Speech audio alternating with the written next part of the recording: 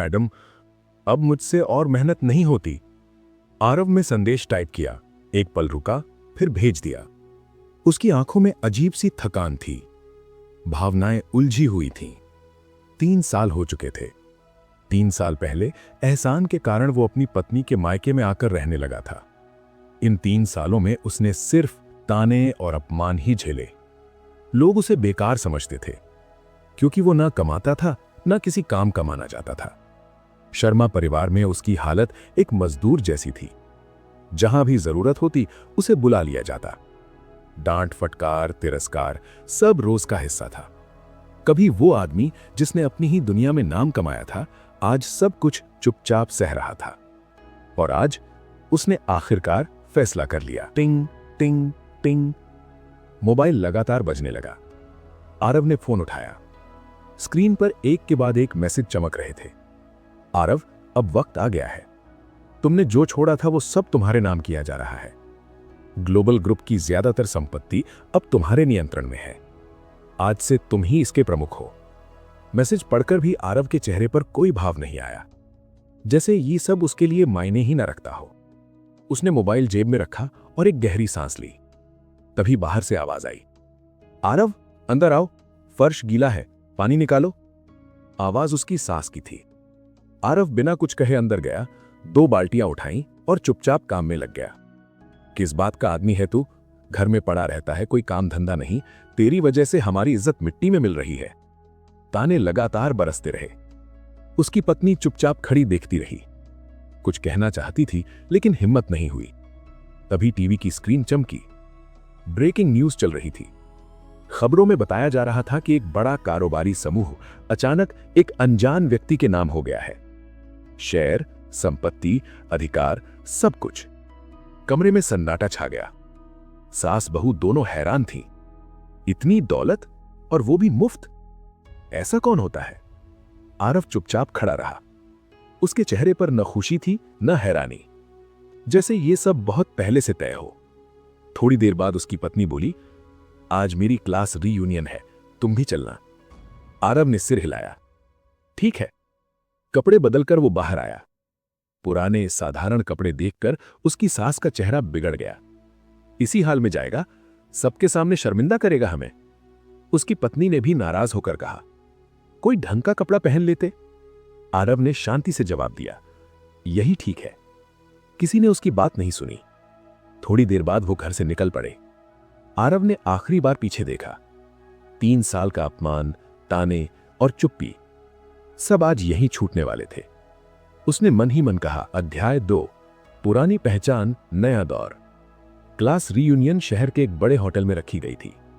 जैसे ही आरव अंदर पहुंचा, उसकी सादी शक्ल और साधारण कपड़े लोगों की नजर में चुभने लगे। कुछ पुराने सहपाठी उसे पहचान तो गए, लेकिन पहचान के साथ ही चेहरे पर हल्की सी मुस्कान और नजरों में तंज भी आ गया। अरे, ये तो आरव है ना? सुना था ससुराल में रहता है। अब तक कुछ किया भी या नहीं? धीमी आवाजों में कही गई बातें साफ सुनाई दे रही थीं। आरव ने किसी की ओर ध्यान नहीं दिया। वो चुपचाप एक तरफ खड़ा रहा। तभी उसकी पत्नी अपनी सहेलियों के साथ आगे बढ़ी। ये मेरे पति हैं, उसने औपचारिक सी आवाज में कहा। कुछ लोग मुस्कुराए, कुछ ने सिर हिलाया और कुछ ने सीधे नजरें फेर लीं। तभी एक तेज आवाज गूंजी, अरे वाह, आरव शर्मा। एक महंगे सूट में लिपटा हुआ आदमी आगे आया। चेहरे पर घमंड साफ झलक रहा था। मैं विक्रम हूं, याद है? अब अपनी कंपनी है, साल का टर्नओवर करोड़ों में है। विक्रम की बात सुनते ही आसपास के लोग ध्यान देने लगे। और तुम? उसने आरव को ऊपर से नीचे तक देखा। अब भी आराम कर रहे हो? हंसी की हल्की सी आवाज गूंज गई। आरव ने शांति से जवाब दिया, हां, आराम ही समझ लो। विक्रम ने ठहाका लगाया, वाह, कमाल है। उसी वक्त होटल की बड़ी स्क्रीन पर खबर चलने लगी। शहर की सबसे बड़ी कारोबारी खबर। आज एक ऐतिहासिक फैसला सामने आया है। ग्लोबल ग्रुप का पूरा नियंत्रण एक नए मालिक को सौंपा गया है। कमरे में शोर कम हो गया। सबकी नजरें स्क्रीन पर टिक गई। बताया जा रहा है कि नया मालिक लंबे समय से पर्दे के पीछे था और आज पहली बार सामने आया है। विक्रम ने हंसते हुए कहा, किस्मत हो तो ऐसी, बैठे बैठे अरबपति। आरव की आंखों में हल्की सी चमक आई। उसी समय उसका मोबाइल कंपन करने लगा। एक ही मैसेज था, आपकी गाड़ी नीचे तैयार है।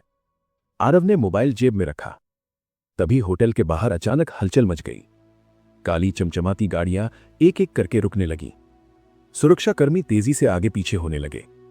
मैनेजर घबराया हुआ अंदर आया। सब लोग ध्यान दे, उसकी आवाज कांप रही थी, हमारे विशेष अतिथि आ चुके हैं। दरवाजा खुला, सबकी सांसें थम गई। आरव ने एक कदम आगे बढ़ाया। पूरा हॉल सन्नाटे में डूब गया। अध्याय 3, सबकी नजरें। जैसे ही आरव ने आगे कदम बढ़ाया, पूरे हॉल की नजरें उसी पर टिक गई। सुरक्षाकर्मी तुरंत सतर्क हो गए। मैनेजर खुद आगे आया और सम्मान से झुक गया। सर, आपकी गाड़ी और सब इंतजाम तैयार है। यह सुनते ही हॉल में खुसुर-फुसुर शुरू हो गई। सर, यह किसे बोल रहा है? विक्रम का चेहरा अचानक सख्त हो गया। उसने दोबारा आरव को देखा, जैसे यकीन ही ना हो रहा हो। आरव ने शांति से सिर हिलाया। ठीक है। मैनेजर ने आदर से रास्ता दिखाया। हॉल में मौजूद हर व्यक्ति स्तब्ध था।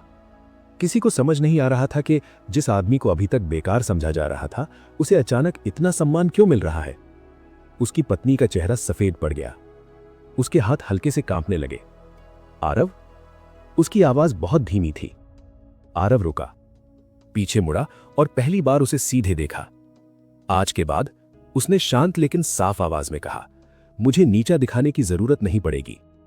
उसके शब्द न ऊंचे थे न कठोर, फिर भी हर किसी के दिल में उतर गए। विक्रम ने हंसने की कोशिश की, ये कोई मजाक है क्या? तभी एक आदमी आगे आया, महंगे कपड़े, गंभीर चेहरा और आंखों में सम्मान। आप आरव शर्मा हैं? उसने पूछा। हां। आदमी ने तुरंत सिर झुकाया। मैं ग्लोबल ग्रुप का कानूनी प्रतिनिधि हूं। पूरा हॉल सन्न रह गया। आज से ग्रुप के सभी अधिकार, संपत्ति और फैसले आधिकारिक रूप से आपके नाम हैं। एक पल के लिए समय जैसे रुक गया। आरव की सास के मुंह से शब्द ही नहीं निकल पाए। जिस आदमी को वो रोज ताने देती थी, आज वही शहर के सबसे बड़े समूह का मालिक था। उसकी पत्नी की आंखों में आंसू भर आए, पछतावे के आंसू। आरव ने किसी की तरफ नहीं देखा। उसने बस इतना कहा, अब चले। बाहर निकलते ही ठंडी हवा ने उसका स्वागत किया। 3 साल का बोझ जैसे एक पल में हल्का हो गया। गाड़ी का दरवाजा खुला, आरव बैठ गया। दरवाजा बंद होते ही उसकी आंखों में एक नई चमक उभर आई। ये शुरुआत थी। अध्याय 5, पहला कदम। गाड़ी शहर की सड़कों से निकलती हुई आगे बढ़ रही थी। आरव खिड़की से बाहर देख रहा था। रोशनी, भीड़, आवाजें सब वही थीं, लेकिन उसके भीतर सब कुछ बदल चुका था। सर, ड्राइवर ने धीरे से कहा, हम सीधे मुख्य कार्यालय जा रहे हैं। आरव ने सिर हिला दिया। कुछ ही देर में गाड़ी एक विशाल इमारत के सामने रुकी। ऊंची दीवारें, कांच की चमकती खिड़कियां और बाहर खड़े सुरक्षाकर्मी। दरवाजा खुलते ही सबने एक साथ झुककर अभिवादन किया। आरव बिना रुके अंदर चला गया। हॉल में कदम रखते ही वातावरण बदल गया। हर चेहरा सतर्क था, हर नजर सम्मान से भरी हुई। सम्मेलन कक्ष में पहले से लोग बैठे थे, सफेद बालों वाले बुजुर्ग, तेज नजर वाले अधिकारी और गंभीर चेहरे। सब खड़े हो गए। आरव ने हाथ के इशारे से उन्हें बैठने को कहा। वो मुख्य कुर्सी पर बैठा। एक पल के लिए कमरे में पूरी खामोशी छा गई। फिर उसने बोलना शुरू किया। आज मैं बीते समय की बातें नहीं करूंगा। उसकी आवाज शांत थी, लेकिन उसमें वजन था। जो हुआ वो हो चुका। आज से सिर्फ आगे की बात होगी। सब ध्यान से सुन रहे थे। मुझे दिखावा नहीं चाहिए, मुझे नतीजे चाहिए। जो वफादार है वो मेरे साथ रहेगा, और जो खेल खेलेगा, उसने हल्का सा विराम लिया, वो यहां नहीं टिकेगा। कमरे की हवा भारी हो गई। एक वरिष्ठ अधिकारी ने हिम्मत करके पूछा, सर, आपकी पहली प्राथमिकता? आरव ने बिना सोचे जवाब दिया, साफ सुथरा काम। और जिन लोगों ने अंदर से संस्था को खोखला किया है, उनकी पूरी सूची। कई चेहरों का रंग उड़ गया। बैठक खत्म हुई। लोग एक एक करके बाहर जाने लगे। आरव अकेला रह गया। उसने कुर्सी से पीठ लगाई और आंखें बंद कर लीं। 3 साल का अपमान, चुप्पी और इंतजार। आज पहला कदम उठ चुका था। उसके होठों पर हल्की सी मुस्कान आई। अब बारी मेरी है। अध्याय 5, घर की दीवारें। रात काफी हो चुकी थी। आरव की गाड़ी उसी घर के सामने रुकी जहां उसने 3 साल चुपचाप काटे थे। वही दरवाजा, वही दीवारें, लेकिन आज उसका मन पहले जैसा नहीं था। वो अंदर गया। ड्राइंग रूम में टीवी चल रहा था। उसकी सास सोफे पर बैठी थी, पत्नी पास में चुपचाप खड़ी थी। आरव को देखते ही सास की भौहें तन गई। इतनी देर कहाँ थे? घर का कोई हिसाब है या नहीं? आरव ने जूते उतारे और शांति से सामने खड़े होकर कहा, आज आखिरी दिन था। सास हंस पड़ी। आखिरी दिन? नौकरी भी नहीं, अकड़ देखो। आरव ने उसकी तरफ देखा। न गुस्सा न जवाबी ताना, बस सीधी नजर। कल से मैं यहां नहीं रहूंगा। कमरे में सन्नाटा छा गया। उसकी पत्नी चौंक गई। तुम क्या कह रहे हो? आरव ने शांत स्वर में कहा, 3 साल काफी थे। मैंने सब सहा, क्योंकि उस समय चुप रहना जरूरी था। अब नहीं। सास गुस्से से खड़ी हो गई। इतनी हिम्मत कैसे आई? आरव ने धीरे से जवाब दिया, हिम्मत नहीं आई, वक्त आया है। उसने अपनी पत्नी की तरफ देखा। अगर तुम साथ चलना चाहो तो दरवाजा खुला है। पत्नी की आंखों में डर और पछतावा था। वो कुछ बोली नहीं। आरव ने सिर हिलाया। बस इतना काफी था। वो अपने कमरे में गया, एक छोटा सा बैग निकाला और जरूरी सामान रख लिया। 3 साल की जिंदगी एक बैग में समा गई। बाहर आते समय उसने एक बार फिर उस घर को देखा जहां उसने खुद को खो दिया था। दरवाजा बंद हुआ। आरव बाहर निकल आया। ठंडी हवा ने उसका स्वागत किया। उसने गहरी सांस ली। आज पहली बार उसे हल्का महसूस हो रहा था। गाड़ी चली। पीछे छूट गया एक अध्याय। आगे उसका अपना लिखा हुआ भविष्य था। ठीक है। अध्याय 6। नई सुबह। सुबह की पहली किरणें कमरे में फैल रही थीं। आरव बालकनी में खड़ा था। सामने फैला शहर धीरे धीरे जाग रहा था। ये घर नया था, शांत, साफ और बिना किसी आवाज के। उसने मोबाइल उठाया। कई मिस्ड कॉल और संदेश थे। कुछ पुराने सहकर्मी, कुछ अनजान नंबर और एक नाम, उसकी पत्नी का। आरव ने फोन नीचे रख दिया। अभी नहीं। उसने नहाकर साधारण कपड़े पहने और नीचे आ गया। गाड़ी पहले से तैयार थी। मुख्य कार्यालय पहुंचते ही काम शुरू हो चुका था। कल की बैठक का असर साफ दिख रहा था। कागजात, फाइलें और एक के बाद एक रिपोर्ट। आरव हर चीज ध्यान से देख रहा था। ये सौदा रोका जाए, उसने शांत स्वर में कहा, और इसमें शामिल हर नाम अलग से चिन्हित किया जाए।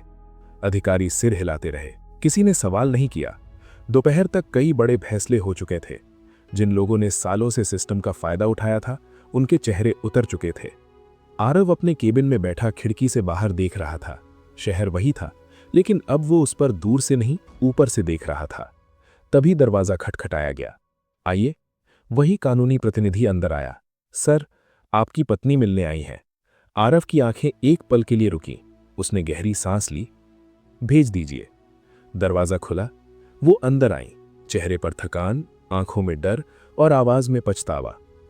आरव, उसने धीमे से कहा। आरव ने कुर्सी से उठकर सामने की कुर्सी की ओर इशारा किया। बैठो।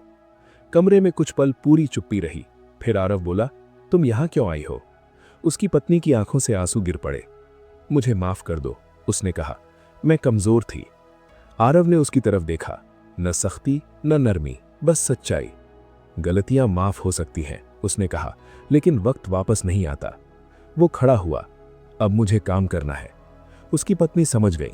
वो बिना कुछ कहे धीरे धीरे बाहर चली गई। दरवाजा बंद हुआ। आरव फिर से खिड़की के पास आकर खड़ा हो गया। नई सुबह पूरी तरह आ चुकी थी और उसके साथ उसकी नई जिंदगी भी। ठीक है। अध्याय 7। पुराने रिश्ते। शाम ढलने लगी थी। आरव अभी भी अपने केबिन में था। मेज पर फैली फाइलें बता रही थी कि आज का दिन हल्का नहीं था। दरवाजा फिर से खटखटाया गया। आइए। इस बार जो अंदर आया वो उसका पुराना दोस्त था, कॉलेज का साथी, वही जो कभी हर मुश्किल में साथ खड़ा रहता था। आरव, उसकी आवाज में हैरानी भी थी और अपनापन भी। आरव ने उसे देखा और पहली बार उस दिन मुस्कुराया। आओ बैठो। दोनों कुछ पल चुप रहे। फिर दोस्त बोला, सच में तू ही है ना? खबरें सुनकर यकीन नहीं हुआ। आरव ने हल्की सी हंसी के साथ कहा, मैं ही हूं, बस हालात बदल गए हैं। दोस्त ने सिर हिलाया। हालात नहीं, तू वापस अपनी जगह पर आ गया है। उसकी बात में सच्चाई थी। कॉलेज के दिनों की बातें निकल आईं, हंसी, यादें और वो सपने जो कभी देखे गए थे। एक बात पूछूं? दोस्त ने हिचकिचाते हुए कहा। पूछ। 3 साल इतना सब कैसे सह लिया? आरव की मुस्कान हल्की पड़ गई। कभी कभी चुप रहना मजबूरी होता है, उसने कहा, ताकत जुटाने के लिए। दोस्त कुछ समझ गया। अब? उसने पूछा। आरव की आंखों में एक अलग सी चमक थी। अब कोई मजबूरी नहीं है। दोस्त खड़ा हुआ। जो भी करना हो मैं तेरे साथ हूं। आरव ने सिर हिलाया। बस यही काफी है। दोनों हाथ मिलाकर अलग हुए। शाम गहरी हो चुकी थी। आरव ने खिड़की से बाहर देखा। शहर की रोशनी एक एक करके जल रही थी। कुछ रिश्ते वक्त में खो जाते हैं और कुछ वक्त आने पर खुद लौट आते हैं। अध्याय 8। लौटती हुई परछाइयां।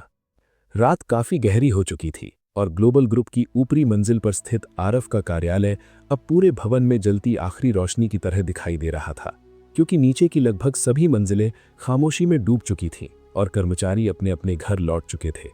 आरव अपनी कुर्सी पर बैठा खिड़की से बाहर फैले शहर को देख रहा था, जहां अनगिनत रोशनियां एक साथ चमक रही थीं और हर रोशनी के पीछे किसी न किसी इंसान की कहानी छिपी हुई थी, ठीक वैसे ही जैसे उसकी अपनी कहानी अब तक दूसरों की नजरों से छुपी रही थी।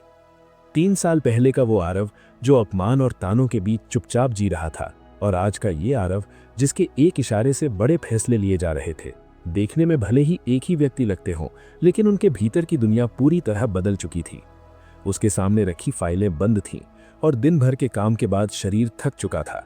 फिर भी उसके मन को सुकून नहीं मिल रहा था, क्योंकि कुछ सवाल ऐसे होते हैं जिनका जवाब कागजों में नहीं बल्कि रिश्तों की गहराइयों में छिपा होता है। इसी सोच के बीच उसका मोबाइल अचानक बज उठा और स्क्रीन पर उभरता नाम देखकर वो कुछ क्षण के लिए ठहर गया, क्योंकि ये कॉल उसकी सास की थी, जिनकी आवाज में कभी आदेश और घमंड साफ झलकता था। आरव ने कॉल उठाया, लेकिन उसने कुछ कहा नहीं, क्योंकि वो जानता था कि कई बार चुप रहकर सुनना ही सबसे सही प्रतिक्रिया होती है। उधर से आई आवाज पहले जैसी कठोर नहीं थी, बल्कि उसमें घबराहट और मजबूरी साफ महसूस हो रही थी। जब उन्होंने कहा कि घर में हालात ठीक नहीं है, रिश्तेदार सवाल पूछ रहे हैं और समाज अब उनके सामने नए तरीके से खड़ा हो गया है। आरव ने पूरी बात ध्यान से सुनी, लेकिन उसके चेहरे पर न तो किसी तरह की जीत की खुशी थी और न ही बदले की संतुष्टि, क्योंकि वो इस मोड़ पर आकर ये अच्छी तरह समझ चुका था कि ताकत का असली मतलब किसी को नीचा दिखाना नहीं, बल्कि खुद को ऊंचा रखना होता है। कॉल खत्म होते ही उसने मोबाइल मेज पर रख दिया और कुछ देर तक वहीं खड़ा रहा, क्योंकि वो जानता था कि जिन दरवाजों को वो पीछे छोड़ चुका है वे पूरी तरह बंद नहीं हुए हैं, और कभी कभी इंसान को उन्हें आखिरी बार देखना जरूरी हो जाता है। थोड़ी देर बाद वो अपने कार्यालय से निकला और गाड़ी में बैठकर उसी घर की ओर चल पड़ा जहां उसने 3 साल अपनी पहचान को दबा कर रखा था और जहां की दीवारें आज भी उन अनकहे शब्दों की गवाह थीं।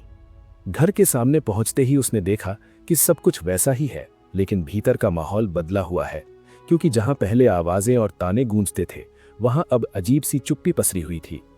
अंदर प्रवेश करते ही उसकी सास ने उसे देखा और पहली बार बिना कुछ कहे अपनी नजरें झुका ली, जबकि उसकी पत्नी एक कोने में खड़ी थी और उसके चेहरे पर थकान, डर और पछतावे के मिले जुले भाव साफ दिखाई दे रहे थे। आरव ने पूरे कमरे को एक नजर में देखा और शांत स्वर में पूछा कि आखिर हुआ क्या है, लेकिन कुछ पल तक कोई भी बोल ना पाया, जैसे शब्द अचानक सबका साथ छोड़ चुके हों। कुछ देर बाद उसकी सास ने टूटी हुई आवाज में यह स्वीकार किया कि उनसे गलती हो गई थी और उन्होंने कभी नहीं सोचा था कि जिस आदमी को वो कमजोर समझ रहे थे वही एक दिन इतनी ऊंचाई पर खड़ा होगा। आरव ने उनकी बात ध्यान से सुनी और फिर स्पष्ट शब्दों में कहा कि सम्मान किसी पद, पैसे या हैसियत से नहीं, बल्कि इंसान के व्यवहार से मिलता है, और यही वो बात थी जिसे वे समय रहते समझ नहीं पाए थे।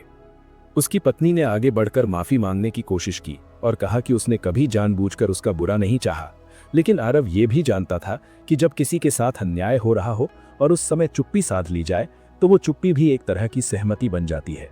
उसने साफ शब्दों में ये कह दिया कि वो किसी से बदला लेने नहीं आया है, बल्कि सिर्फ ये देखने आया था कि क्या सच में कुछ बदला है या नहीं, क्योंकि माफी तभी मायने रखती है जब उसके साथ समझ और बदलाव भी हो। आरव ने यह भी स्पष्ट कर दिया कि वो अब इस घर में रहने नहीं आएगा और न ही किसी पर कोई एहसान जताना चाहता है, क्योंकि उसकी जिंदगी अब उसके अपने फैसलों से चलेगी और उसमें किसी दबाव की कोई जगह नहीं होगी। दरवाजे से बाहर निकलते समय उसने एक बार पीछे मुड़कर देखा, लेकिन इस बार उसके भीतर कोई बोझ नहीं था, क्योंकि उसने वो सब कह दिया था जो उसे कहना था। गाड़ी आगे बढ़ी और शहर की रोशनियां फिर उसके सामने फैल गईं, लेकिन इस बार उसे ये एहसास था कि कुछ परछाइयां हमेशा के लिए पीछे छूट चुकी हैं और कुछ सबक ऐसे हैं जो जिंदगी भर साथ रहेंगे। अब वो जानता था कि आगे का रास्ता आसान नहीं होगा, लेकिन कम से कम अब वो अपने ही साथ खड़ा था, और यही बात उसे पहले से कहीं ज्यादा मजबूत बना रही थी। अध्याय 9, बदलती हुई चालें। सुबह की रोशनी जब धीरे धीरे शहर की ऊंची इमारतों पर फैलने लगी, तब आरव पहले से ही जाग चुका था और अपने नए घर की बालकनी में खड़ा होकर उस शहर को देख रहा था जिसे कभी वो दूर से निहारता था, और आज उसी शहर की धड़कनें उसके फैसलों से जुड़ चुकी थीं। रात की घटनाएं अब भी उसके मन में घूम रही थीं, क्योंकि कुछ मुलाकातें भले ही शांत दिखती हों, लेकिन वे भीतर बहुत कुछ बदल कर चली जाती हैं और इंसान को ये सोचने पर मजबूर कर देती हैं कि रिश्ते वास्तव में किस मोड़ पर टूटते या जुड़ते हैं। थोड़ी देर बाद वो तैयार होकर कार्यालय के लिए निकल पड़ा, क्योंकि उसे पता था कि आज का दिन सिर्फ काम का नहीं बल्कि आने वाले समय की दिशा तय करने वाला दिन होगा, और जिन लोगों ने अब तक पर्दे के पीछे रहकर खेल खेला था वे आज सामने आने वाले थे। कार्यालय पहुंचते ही माहौल सामान्य नहीं था, क्योंकि हर विभाग में हलचल थी और कर्मचारियों के चेहरों पर एक अजीब सी सतर्कता दिखाई दे रही थी, जो इस बात का संकेत थी कि अंदर ही अंदर कुछ बड़ा होने वाला है। आरव ने अपने केबिन में पहुंचकर सबसे पहले उन रिपोर्टों को मंगवाया जिनमें पिछले कई वर्षों के सौदों, साझेदारियों और गलत फैसलों का पूरा ब्यौरा था, क्योंकि वो जानता था कि किसी भी साम्राज्य को संभालने से पहले उसकी कमजोर नींव को समझना जरूरी होता है। जैसे जैसे वो फाइलें पलटता गया, वैसे वैसे कई नाम बार बार सामने आते गए, और हर नाम के साथ एक कहानी जुड़ी हुई थी जिसमें लालच, धोखा और निजी फायदे के लिए की गई साजिशें साफ नजर आ रही थीं। उसी समय बैठक कक्ष में वरिष्ठ अधिकारियों को बुलाया गया, और जब सब लोग अपनी अपनी जगह पर बैठ चुके, तब आरव ने बिना किसी भूमिका के सीधे मुद्दे पर बात शुरू की, क्योंकि वो दिखावे से ज्यादा साफ और स्पष्ट संवाद में विश्वास करता था।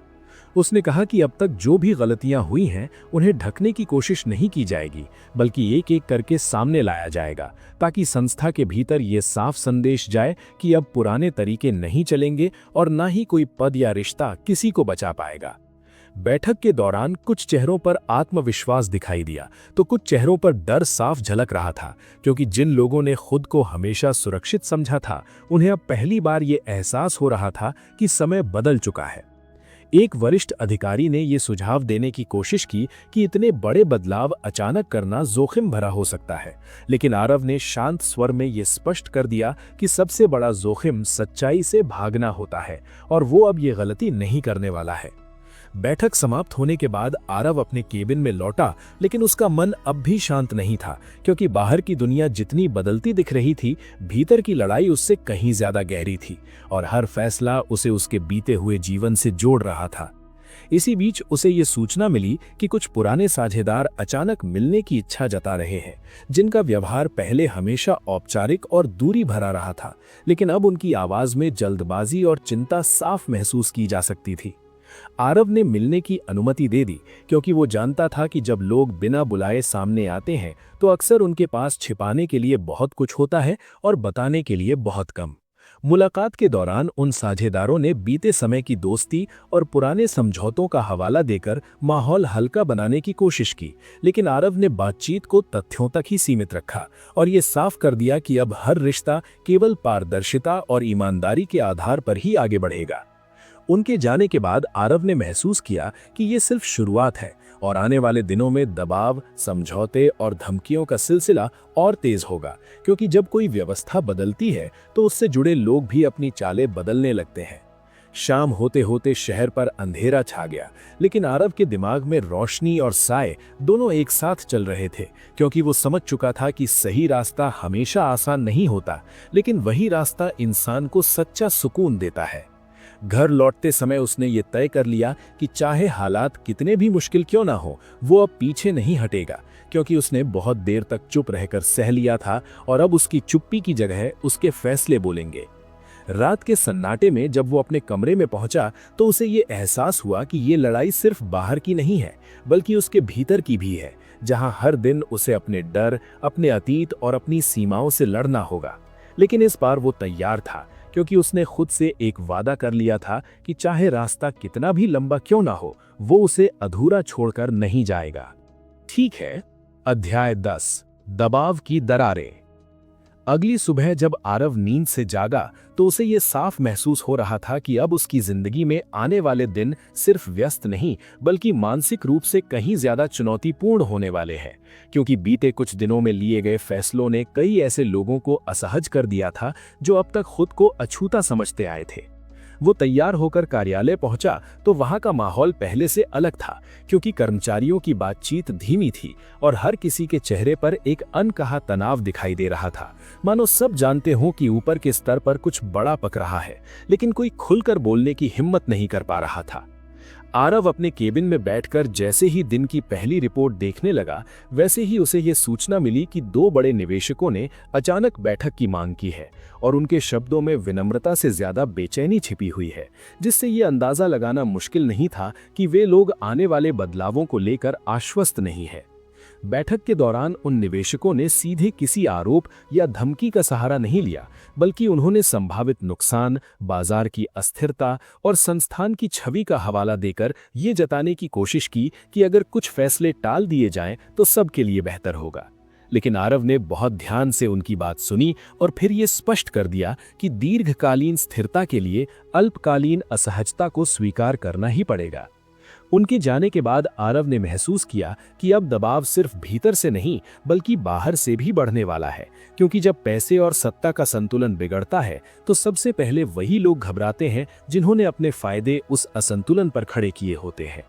दोपहर तक मीडिया में तरह तरह की अटकलें चलने लगीं और कुछ खबरों में ये संकेत देने की कोशिश की गई कि नेतृत्व में अचानक आए बदलाव से संस्था की दिशा भटक सकती है। लेकिन आरव जानता था कि ये बातें सच्चाई से ज्यादा डर पैदा करने के लिए फैलाई जा रही हैं। उसने संचार विभाग को बुलाकर साफ निर्देश दिए कि किसी भी तरह की सफाई या बयानबाजी से पहले जमीनी काम मजबूत किया जाए, क्योंकि असली जवाब शब्दों से नहीं बल्कि काम से दिया जाता है और वही जवाब सबसे लंबे समय तक टिकता है। शाम होते होते एक और चुनौती सामने आई, जब उसे ये जानकारी मिली कि कुछ पुराने कर्मचारी जिनका नाम हाल की रिपोर्टों में आया था, अंदर ही अंदर एकजुट होकर माहौल को प्रभावित करने की कोशिश कर रहे हैं ताकि जांच की गति धीमी की जा सके। आरव ने बिना किसी जल्दबाजी के ये तय किया कि सीधे टकराव के बजाय वो तथ्यों को सामने लाकर स्थिति को संभालेगा, क्योंकि उसे ये अच्छी तरह समझ आ चुका था कि भावनाओं में लिए गए फैसले अक्सर वही गलती दोहराते हैं जिनसे बचने के लिए बदलाव की जरूरत पड़ी थी।